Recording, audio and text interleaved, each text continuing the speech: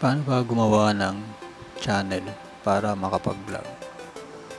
So, ito po ituturo ko sa inyo kung paano gumawa ng channel para tayo ay makapag-vlog. So, ito po, pwede po dito sa mismong YouTube apps at saka sa website mismo. Type nyo lang po yung YouTube, tapos mag-sign in lang po kayo sa account ninyo sa YouTube. Kailangan po mag-sign in.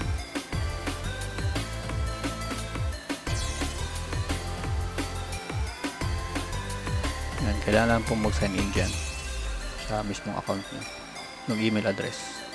So, dito po sa apps, pwede rin po sa YouTube apps. So, since naka-sign in na tayo, diretso tayo sa create channel. Yan, sulat nyo po lang po yung pangalan, create. Tapos, ito na po. Ito po yung channel nyo.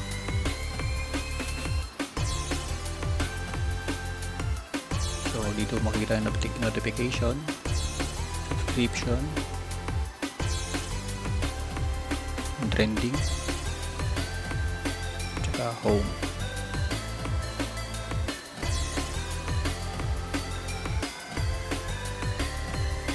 Dito po sa may taas ng icon, makikita nyo po yung may camera na sa taas.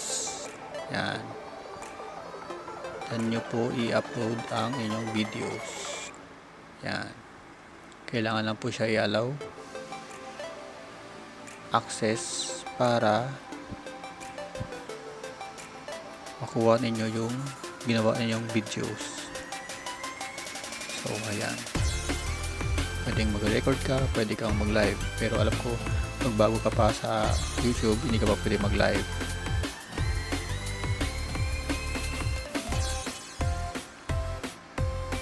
So, ito po, settings. Punta tayo sa settings para i-edit natin yung description ng channel mo.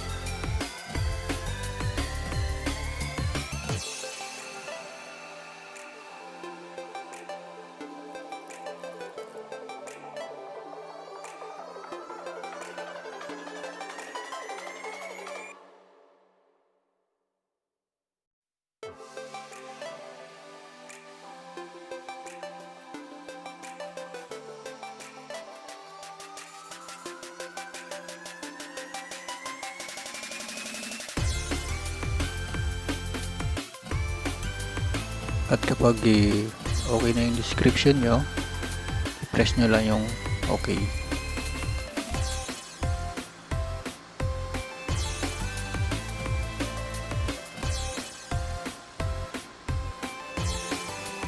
Tapos, makikita nyo sa baba yung may tatlong switch. So, yan.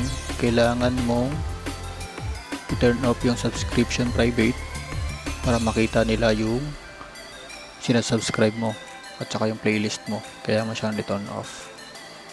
Pati yung like ng mga videos para makita ng mga nag-subscribe sa iyo o kung sino yung tumingin ng channel mo. Para magiging public siya. So, thank you.